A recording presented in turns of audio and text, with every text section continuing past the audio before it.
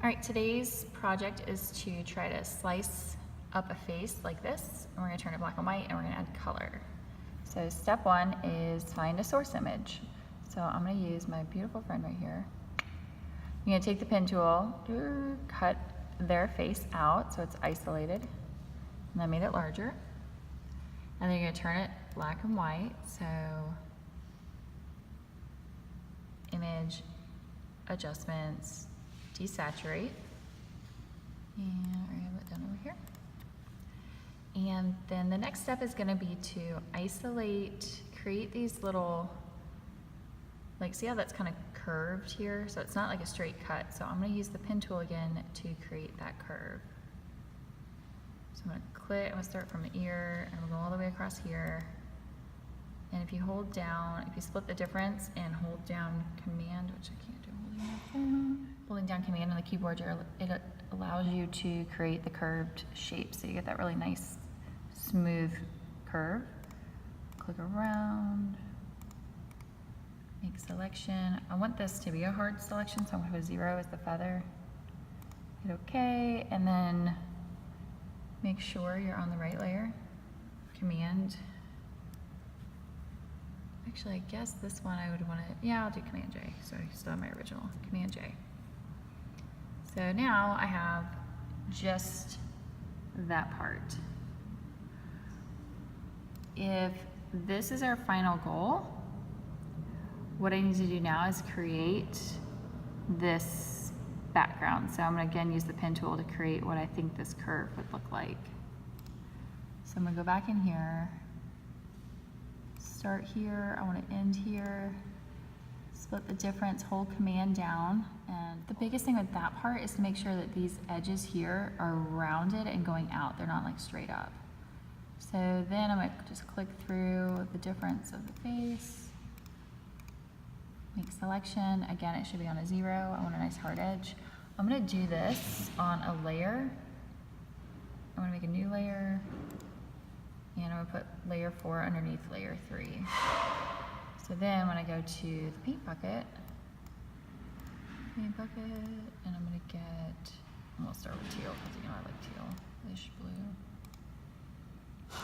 It should go right behind it. Ta-da! Then I'm going to do select, deselect, and the one thing, let me zoom in on this so you can see this pretty good. Okay. The one thing on this original one, you see the shadowing, that's probably coming from this, but what we can do is go in with that dodge and burn tool. So over here, burn, and I'm going to make it feathered. So hardness is all the way down, size is going to be pretty big.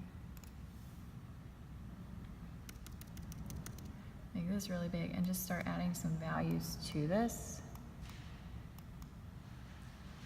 That will give the illusion kind of later that it's three-dimensional. So now I can take layer 3 and layer 4 and press Command E and merge them. And I will repeat what I just did to cut out the other 3 sections of the face. Okay, so I just made my next selection. What I did realize when I was doing that is since I did not cut this out of this layer over here, I had to redo the shape. So when you do isolate these, see how that's isolated there? I need to cut this because I don't want to have to redraw it later. So I need to go up to layer, new, layer via cut. That's very important. I'm on the wrong layer though. So make sure you're on the correct layer to cut from. I want to be on this one. Layer, new, layer via cut. And that'll throw the eyes on its own layer. So now I will go back in. I can kind of throw this in here. I need to move this one around. And I like how the original artist kind of tilted these like this. That's kind of what I'm going to go for. Whoa, it looks like your mouth. She's going to hate me. So I use the pen tool again to create that fake background. Click the difference, click here, hold down Command. I can't because I'm holding my phone. But all right, so now I kind of completed all my different layers over here. think it's pretty good. She's gonna hate me. Now I need to create a background. So I'm gonna go back down here, new layer. For now, I'm just gonna make a white background and I wanna create like a little shadow. So there's the white background. To make a shadow, so in this original one, see how there's a little shadow right there? There's a lot of ways I like to do this though. I'm gonna go in, fuzzy brush, I'm gonna make it like a gray.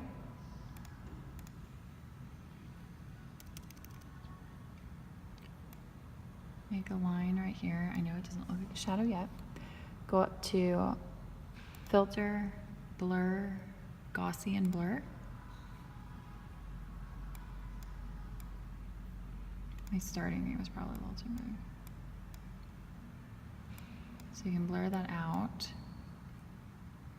And then you can also change over here the opacity. And that kind of gives the illusion of a shadow.